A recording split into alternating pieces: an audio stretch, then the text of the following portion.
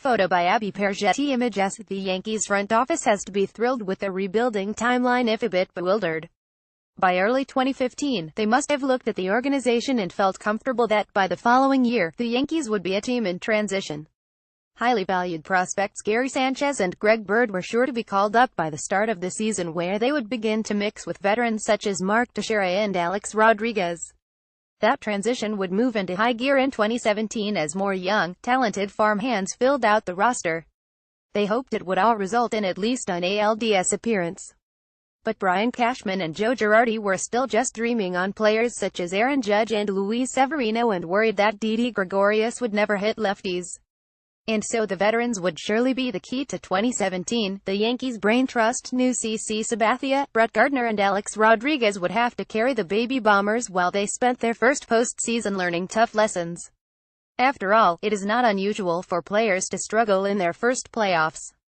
That vision of the 2017 New York Yankees in at least the ALDS has been realized. But instead of needing veteran guidance, the Baby Bombers are providing all the poise and the power. They are learning lessons, and even teaching a few. Some have found redemption, while others have rediscovered their confidence. It has all added up to the Yankees fighting back to tie this series with a chance to become even more anachronistic.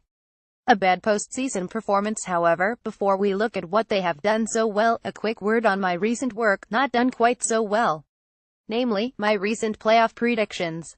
I said the Red Sox would beat the Astros, they didn't. Then I said the Nationals would advance to the World Series. They are currently down 21 to the Cubs. And of course, I said the Yankees would lose in 4 to the Indians. No matter how happy I am to be wrong, nothing can change that I was indeed wrong. So, no more postseason predictions for 2017. I clearly suck at them real bad. The baby Yankees, on the other hand, are growing into playoff contenders right before our eyes.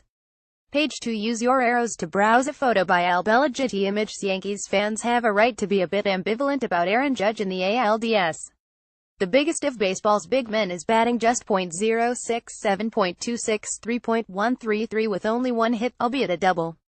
He's only scored once but has accounted for 2 of the Yankees' RBIs.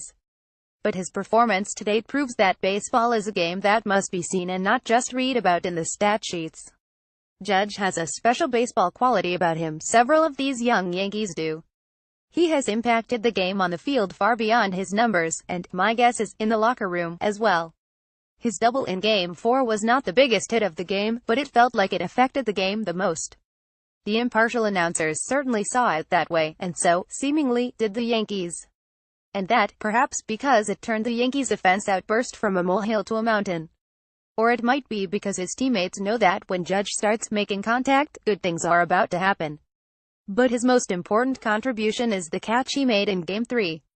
Poised and perfectly placed, Aaron made a series-saving catch for the ages. Almost as important, he did so like he was catching a routine fly ball in the middle of June. Of course, a little perspective will help Yankees universe appreciate the rest of Aaron's underwhelming accomplishments. Use your arrows to browse.